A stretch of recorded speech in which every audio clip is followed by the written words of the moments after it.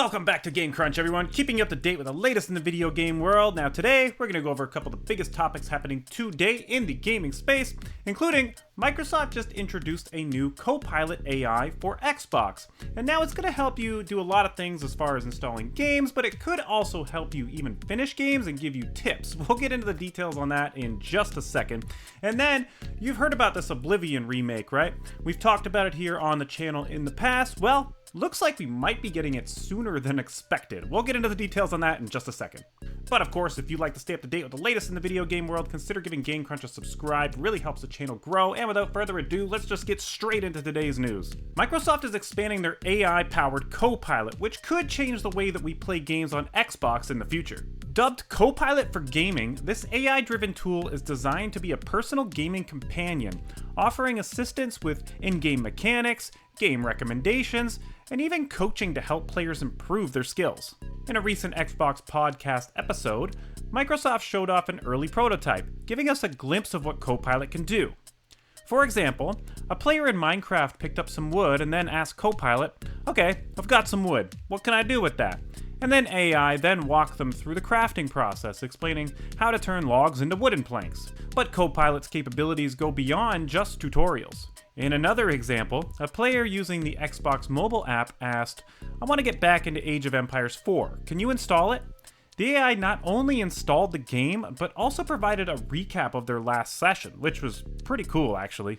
Now, Copilot can even analyze live gameplay. In an Overwatch match, a player asked what to do when their main character, Echo, was already picked.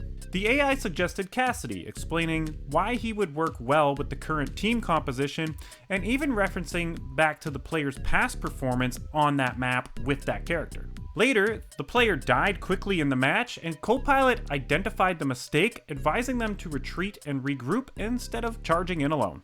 Fatima Kadar, Xbox's corporate VP of Gaming AI, reassured players that Copilot will be completely optional and non-intrusive, meaning it'll only step in when asked.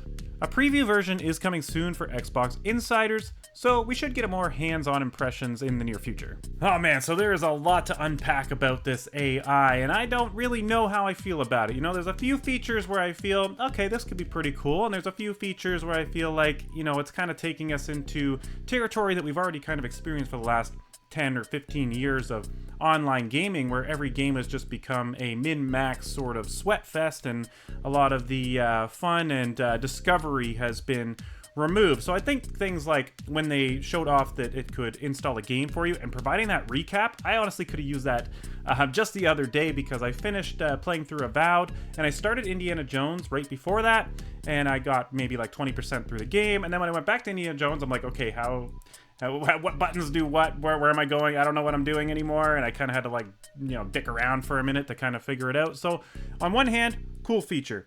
On the other hand, you know, having a AI assistant on an online game could be handy. It would be nice to kind of say, oh, okay, this is what you did wrong. It's kind of like having like a, you know, an esports coach or whatever on your side.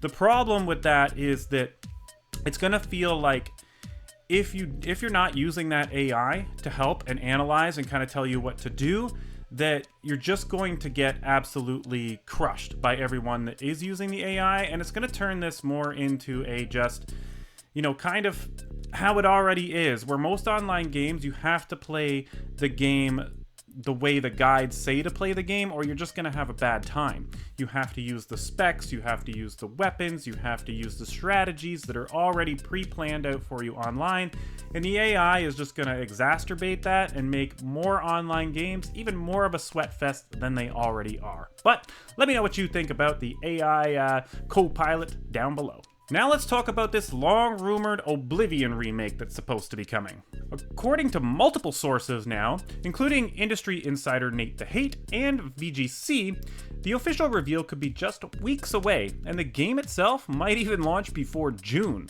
The Oblivion remake is reportedly being developed by Virtuos.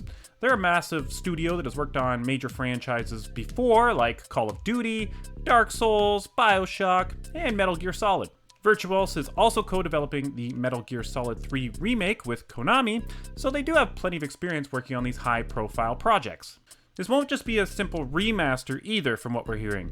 The remake is said to be fully rebuilt in Unreal Engine 5 with major gameplay improvements, including revamped stamina mechanics, improved stealth system, enhanced blocking inspired by the more Souls-like games, and even a redesigned HUD to make it more accessible for modern players.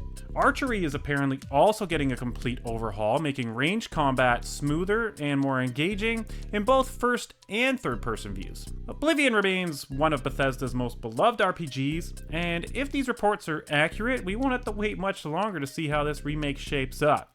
So could we be getting an official reveal in the next month? I'd say the chances are pretty high and my fingers are crossed. Now honestly, this is amazing news because I have been waiting a long time, as all of you have, for Elder Scrolls 6. It's been 2011 since Skyrim, and I've played the game over and over and over again. Played it into the ground, and I've tried to pick up Oblivion in the past, but it just didn't quite... It felt a little bit more dated. I felt it was a little harder for me to get into, so I'm really looking forward to a more modernized version of Oblivion so I can play through it and give me that, scratch that sort of Elder Scrolls itch that I've been feeling for the past freaking decade as we wait for Elder Scrolls 6, which at this point still might be another 3 or 4 years away. So let's hope these guys are right. Nate the Hate has a pretty good track record, and this article over on VGC, they are corroborating with some of their sources. They're hearing the same thing, so I'm thinking there's a pretty high chance that this could be accurate, so hell yeah, bring on Oblivion. And that's all the news I've got for you today, so I want to thank you for tuning in to another episode of Game Crunch. And of course, let me know what your thoughts are down below. I know AI tends to be a pretty hot take with some people, and I think there's some pretty useful features. And it kind of, as I said, they said you can turn it off, and it's not going to be intrusive, but I really do feel like it's going to be one of those things that if you're not doing it, you're just going to get completely destroyed by people online, as it already is if you don't go watch 6 hours of YouTube tutorials of how to play a game online before you actually boot the game up, which gets kind of annoying. It's like you got to go to school before you even learn how to go online to play a game these days. And then, of course, let me know, are you excited for Oblivion? And in case you missed yesterday's news, I'm going to leave a video over here and another video you might like over here, and I'll catch you tomorrow. Have a good one.